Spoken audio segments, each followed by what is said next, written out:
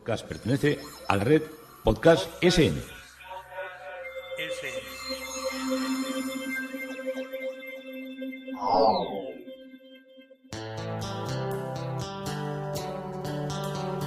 Historia con sentido.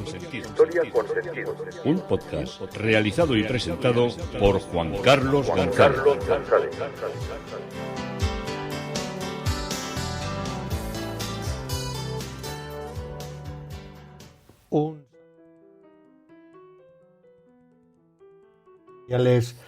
Un saludo a todas las personas que se acercan a través de las redes sociales, de Facebook, de Twitter y de mi página web Historia con Sentido. Yo soy Juan Carlos González y un día más encantado de acercaros esta parte de la historia. Hoy el tema propuesto es del final de Felipe V a Fernando VI. Seguimos en todo lo que es nuestro recorrido por la Roca, por el Peñón, por Gibraltar, para poder comprender todo lo que es su realidad. Estos días, cuando estoy grabando, estamos a finales de 2022, están hablando ya de que por fin quieren liberalizar todas las cuestiones, a ver si lo vemos y podemos tener más comodidad para entrar y salir en el Peñón. Visita, como siempre les digo, interesantísima, aunque sea muy diferente, tampoco es tan diferente a nosotros, pero siempre conviene visitarla y verla, una realidad que para muchas cosas puede resultar pintoresca. Pero vamos con el introito. Una de las cosas que más maravillosas me parecen a mí es el mundo de la cerámica. Del mundo de la cerámica, cuando me estoy refiriendo al mundo de la cerámica, es al mundo de la cerámica de los platos, de los tíbores, esa especie de botes que muchas veces los habréis visto en las farmacias y que suelen ser pues de tonalidades blancas, azules y amarillas, y que yo ya conocí hace muchos años cómo los hacían. Fui a un alfar, a un taller de cerámica, y el primero que visité fue en Puente del Arzobispo, al lado de Talavera. Os voy a hablar de Talavera, pero voy a arrancar hablándoos de Puente del Arzobispo. Y entonces me llamaba mucho la atención que cuando entras a un taller, pues bueno, ves todos los botes, si han terminado una hornada, por así decirlo, de salir del horno, los botes son absolutamente espectaculares, con colores verdes, azules, con dibujos, con formas, increíbles, totalmente increíbles. Sin embargo, si estás en el proceso que todavía no han sido cocidos, que creo que esa es la palabra, porque asados no me suena que sea, me parece que es más cocidos, pues lo que ves son bote blanco, un bote blanco al que le han dado una imprimación que tiene un aspecto, al menos en los que recuerdo yo, como grisáceo, y ahí encima está pintado, ves que hay algo pintado, pero claro, está pintado con unos colores que van a ser colores cuando cojan temperatura. Entonces tú lo ves que eso es prácticamente blanquecino o que no tiene ninguna... Yo me quedaba asombrado y decía, bueno, ¿y esto que estáis pintando aquí, ahora esto es lo que luego sale con colorines? Y me decían, sí. Y me parece magia. Estuve un rato hablando, no voy a decir el taller porque hay muchos talleres y cada uno puede ir a comprar cerámica al que le da la gana, y sobre todo también porque todavía no sé si en este momento ya de la vida de estas personas existirá el taller o no. Puente del Arzobispo era el sitio, y cuando ya después de pasar un rato de estar charlando, de ver botes, modelos más grandes, más pequeños, platos, jarras, todo tipo de cosas que se hacía allí en la cerámica, pues ya abrieron el horno y sacaron las piezas, y claro, aquello que yo había visto que no tenía ningunas tonalidades, era increíble. Por eso tengo una gran devoción y por eso colecciono platos de cerámica. Botes no, porque si coleccionas botes tienes que tener muchas estanterías para ponerlos y te llenan de polvo. Pero si tienes platos los puedes colgar en el exterior de tu casa o donde quieras. Si tienes algún patio, alguna cosa así, puedes colgarlos y puedes disfrutarlos. Y tiene una cosa buena: cuando los platos son horneados, cuando han cogido la temperatura para que salgan los colores, si los pones al sol o los pones al agua, si son buenos platos, no si son de estos de calcamonía, de tiro a pichón, como digo yo, o de tiendas de recuerdos de baratijas, pues ni se borran ni se les quema el dibujo. Son prácticamente platos, no voy a decir eternos, pero me estoy acordando ahora, si queréis ver una colección tipo, pues es la que tiene de botes de farmacia o de cocina el Escorial, y podéis ver los platos de la factura y de la provisión o del uso que tenía Felipe V allá por el año 1500, entre 1500 y 1600, que es una cosa absolutamente increíble. Entonces, cerca o ciudad cercana o próxima a Madrid, donde verdaderamente se explosiona, no sé si la palabra es explosiona, sino donde todo es cerámica, es Talavera de la Reina. Talavera de la Reina es una ciudad que me atrae mucho porque me atrae las ciudades por las cuales pasa un río, no un arroyo, porque si uno ve el río de mi pueblo, pues piensa que es un arroyo, aunque tenga nombre rumboso, pero no deja de ser un río chiquito, un río pequeño. Pero claro, cuando ves allá el Tajo pasando por Talavera, que ya puedes andar en barca, que ya ves que ha sido un sitio donde ha habido pesca, donde han vivido familias de coger, de pescar, de recoger con redes barbos, truchas, todo tipo de peces que habría allí en su momento. O sea, que había personas que vivían de lo que era el uso industrial, o el uso industrial, tendremos que decir, del río, porque hacían una provisión y eso lo vendían. Entonces me impresiona mucho ver un río grande ya. Es como si viera una especie como de sitio de mayor peso a la ciudad de Talavera en este caso. La ciudad de Talavera se remonta a muy antigua, a los tiempos paleolíticos, neolíticos, calcolíticos. Ahí hay 3 dólmenes que son emblemáticos: el de Navalcán, el de Azután y el nombre de la estrella. Y toda la ciudad, todo lo que serán los asentamientos, que en el fondo es un asentamiento característico de un relieve escalonado de terrazas aluviales, de que el río iba creciendo, iba bajando, y entonces se iban formando terrazas con lo que se iba inundando. Es sobre lo que se construye la ciudad. Claro, la ciudad que también, como te dicen ellos, sí, el río está muy bonito, pero aquí hemos tenido inundaciones de altas alturas, de subir por encima de los puentes y de inundarnos la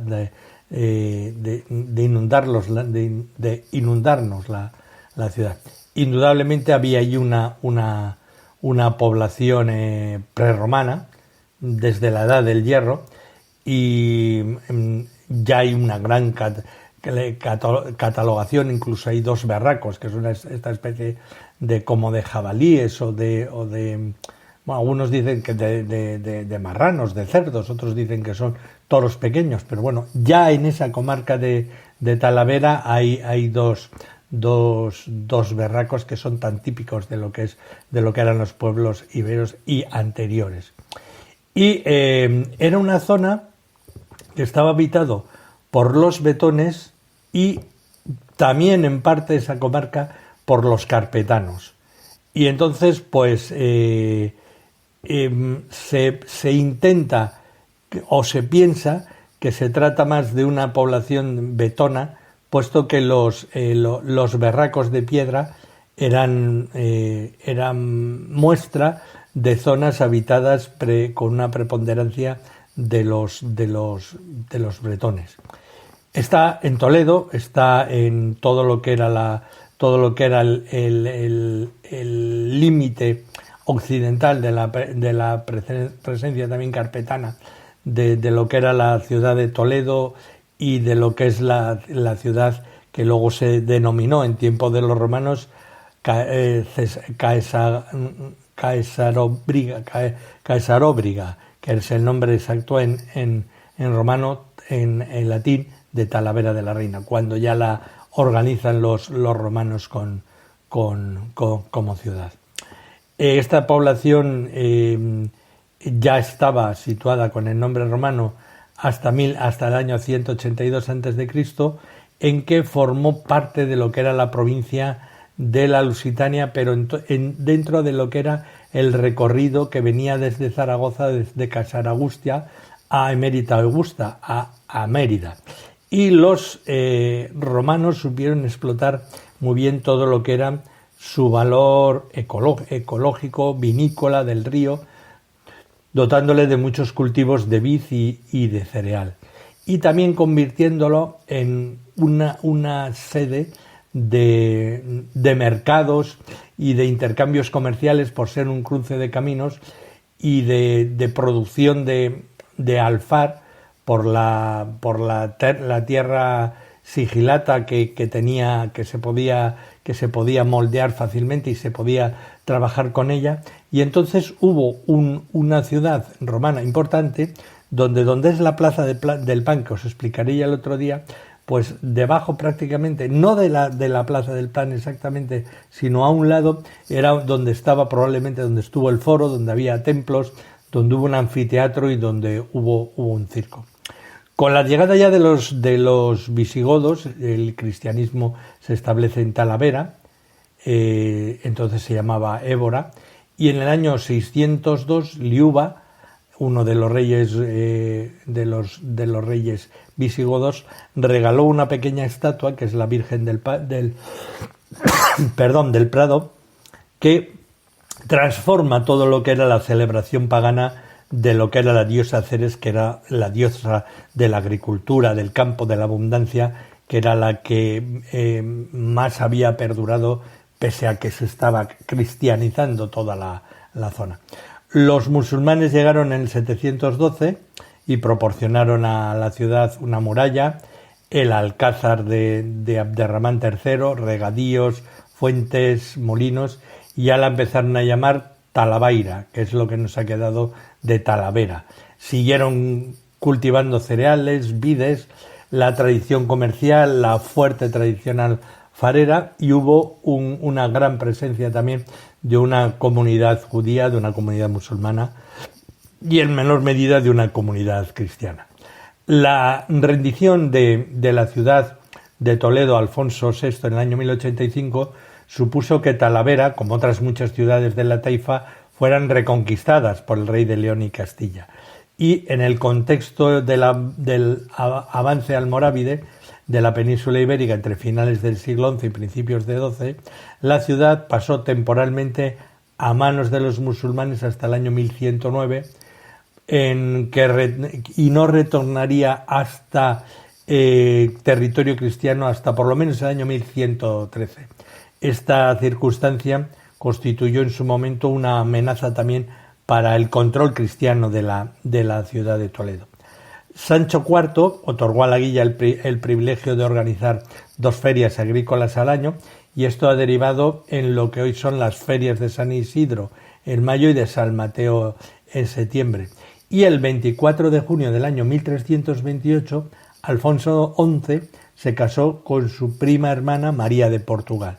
Y entre los regalos que le hizo a la reina se encontraba la ciudad de Talavera, que a partir de esa fecha tomará el nombre de Talavera de la Reina.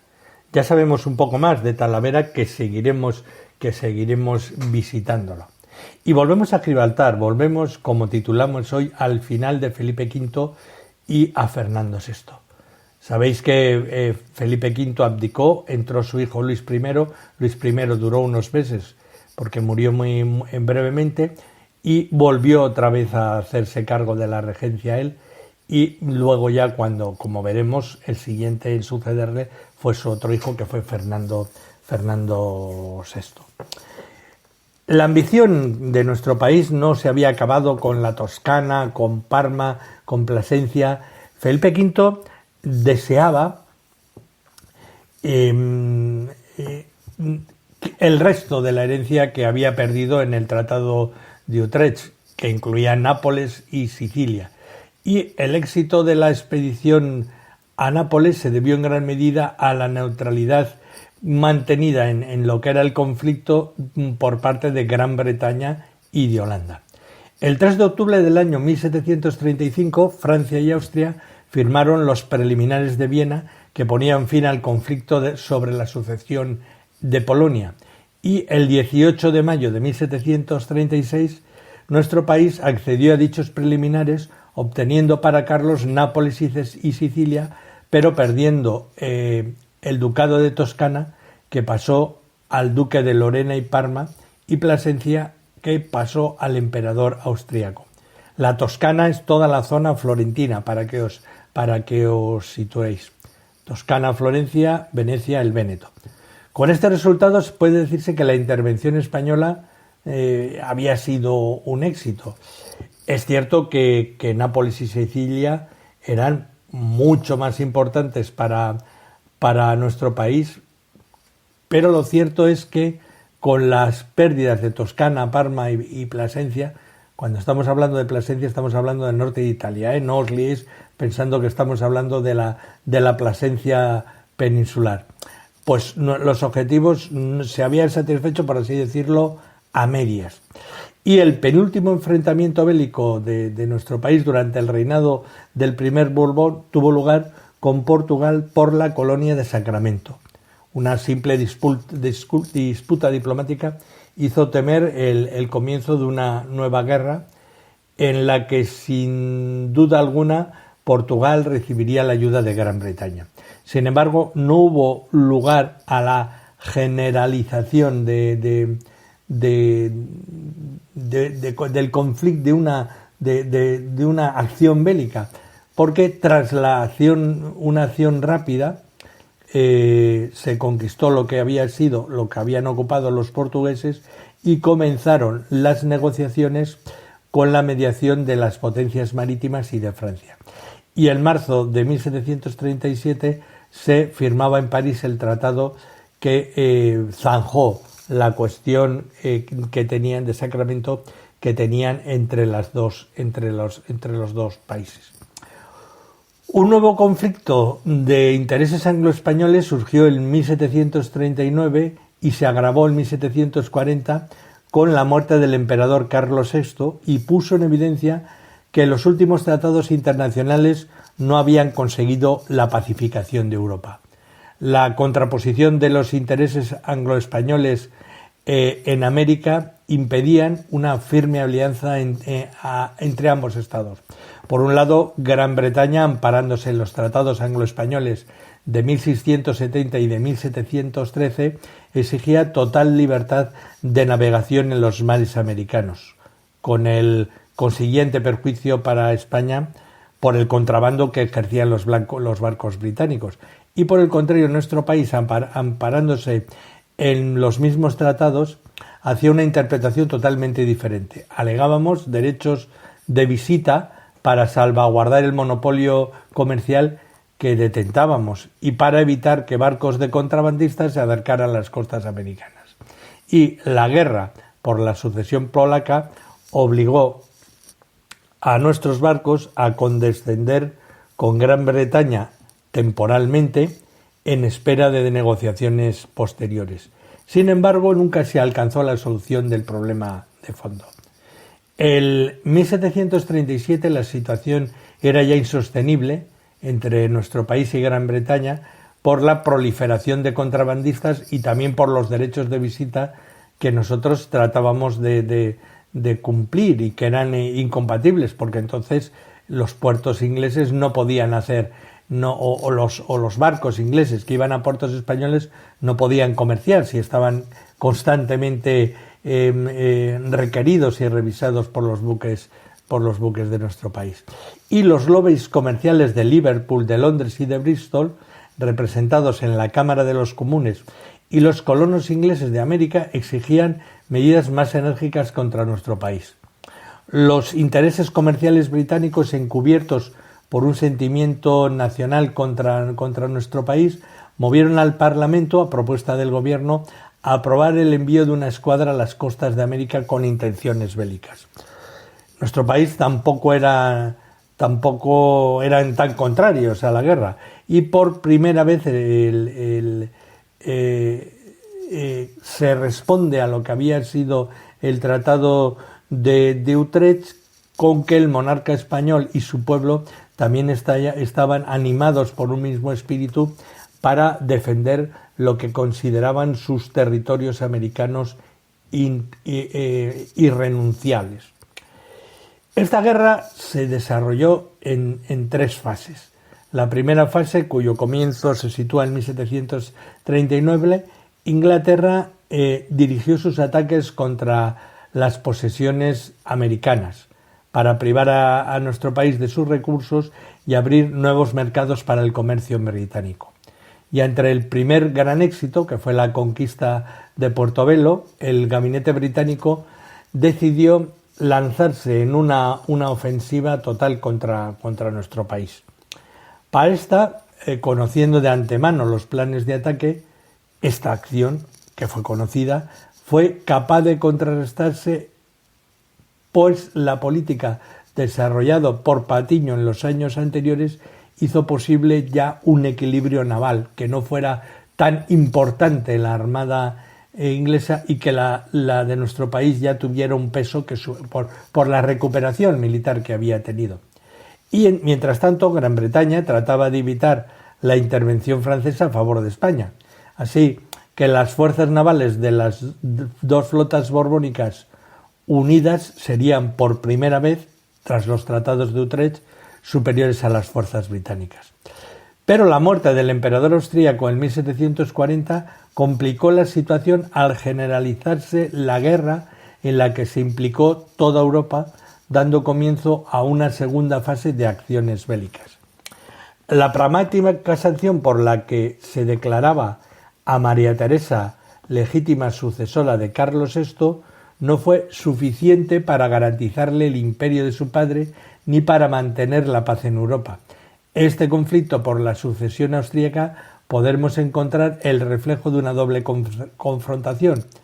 Por una parte, Prusia y Austria se enfrentaban por el dominio territorial de la Europa central, en donde Rusia tendría un papel clave capaz de inclinar la balanza a uno o a otro lado.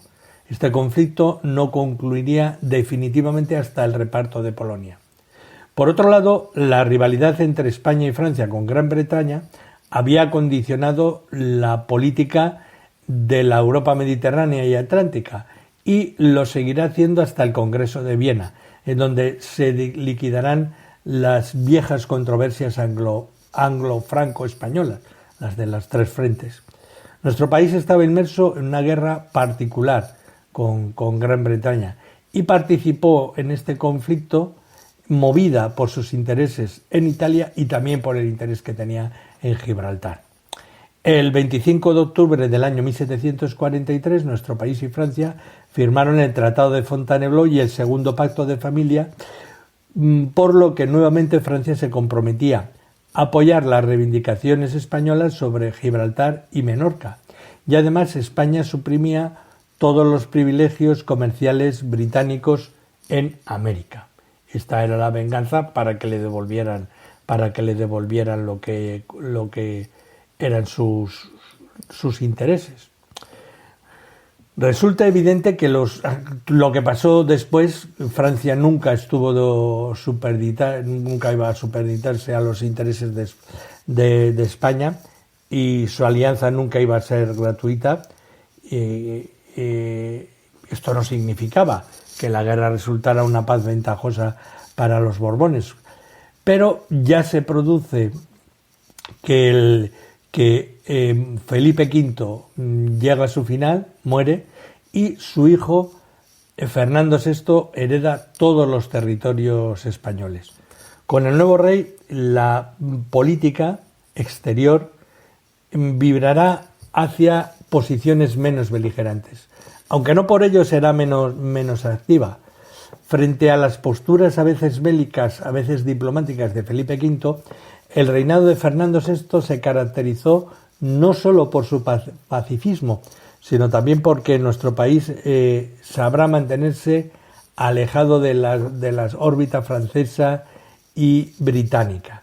Y curiosamente, con Fernando VI viviremos uno de los periodos más pacíficos y más prósperos del siglo XVIII.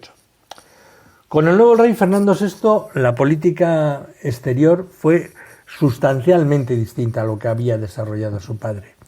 Fernando VI no se dejó arrastrar por intereses pasionales o particulares y concibió una política exterior basada en conservar la paz aun a costa de renunciar a los objetivos fijados durante el reinado anterior. Fernando VI recibió la corona de nuestro país en un momento de crisis internacional y tal vez en los peores momentos vividos por nosotros en el último conflicto. Aunque Fernando VI continuó la guerra en Italia, la situación era cada vez más desfavorable para los españoles. Austria, motivada por los éxitos sostenidos y por el objetivo de expulsar definitivamente de Italia a los españoles, propuso a los sardos y a los británicos continuar las conquistas hacia el sur de la península italiana. Sin embargo, la posición británica hizo que la emperatriz austríaca cambiara de opinión. A pesar de que la intención británica no era beneficiarnos, sino la de impedir el establecimiento austríaco en toda Italia, que habría puesto en peligro el equilibrio europeo, los reyes españoles agradecieron a Gran Bretaña este gesto en favor de don Carlos, que luego será nuestro Carlos III, iniciando negociaciones secretas por mediación de Portugal y al margen de Francia, siguiendo con el objetivo del irredentismo mediterráneo. Fernando VI trató de negociar nuevamente la devolución de Gibraltar. Hasta La Haya se trasladó don Melchor de Macanaz, en donde expuso al representante británico, conde de Sandwich, las propuestas españolas, ventajas comerciales a cambio de Gibraltar y del puerto de Mahón, y si Gran Bretaña aceptaba esta oferta, rompería la alianza de las dos casas de Borbón. No obstante, era evidente que el desarrollo de la guerra habría privado a nuestro país de estar en una situación privilegiada para negociar, a diferencia de Gran Bretaña, que había salido favorecida por las acciones bélicas. Las ventajas comerciales de nuestro país ofrecía por Gibraltar podría conseguirlas Gran Bretaña sin tener que desprenderse de la plaza, con solo insinuar que ayudaría a Austria a conquistar el sur de Italia y a la expulsión de don Carlos, del rey de Nápoles. En el mes de febrero del año 1747, el ministro Macanaz se trasladó a la ciudad de Breda, donde reanudó las conversaciones con los representantes británicos. Por segunda vez se expusieron las reivindicaciones de Gibraltar, renunciando en esta ocasión a la restitución del puerto de Mahón. Y aunque la idea de intercambiar Gibraltar por ventajas comerciales fue bien acogida por algunos ministros del gobierno, difícilmente se llegaría a un acuerdo sobre este tema. El gabinete británico estaba dividido y temía a la opinión pública más que a cualquier alianza que España pudiera formar con Francia. Entretanto, el temor a que Gran Bretaña concluya con un acuerdo con Holanda y Francia sin contar con nuestro país obligó también a Macanaz a aceptar la firma de unos preliminares de paz en los que una vez más la restitución de Gibraltar era sacrificada. Sin embargo, la tenacidad de nuestro representante consiguió a última hora que se incluyeran 3 artículos secretos, uno de los cuales se refería a Gibraltar. Y aunque la solución definitiva se pospondría hasta después de firmadas las paces, el ministro Macanaz se había evitado una nueva renuncia formal de nuestro país a la roca y además había dejado planteada la cuestión para posteriores negociaciones. Y la firma de los preliminares de paz tuvo lugar el 25 de abril del año 1747. Y a pesar del éxito que significó para nuestro país no renunciar explícitamente de antemano a los preliminares a la cuestión de Gibraltar, no todos estuvieron satisfechos por lo que fue esta gestión. El duque de Huéscar, que era el embajador español en Versalles, en Francia, dijo que todo lo que había sido la negociación había sido perder poder y posibilidades de recuperación de Gibraltar sobre Gran Bretaña. Y hasta aquí nos ha traído del final de Felipe V a Fernando VI. Esto es Historia con Sentido, estamos recorriendo la historia de Gibraltar, del Peñón de la Roca, y un día más encantado de haberos podido acercar esta parte de la historia.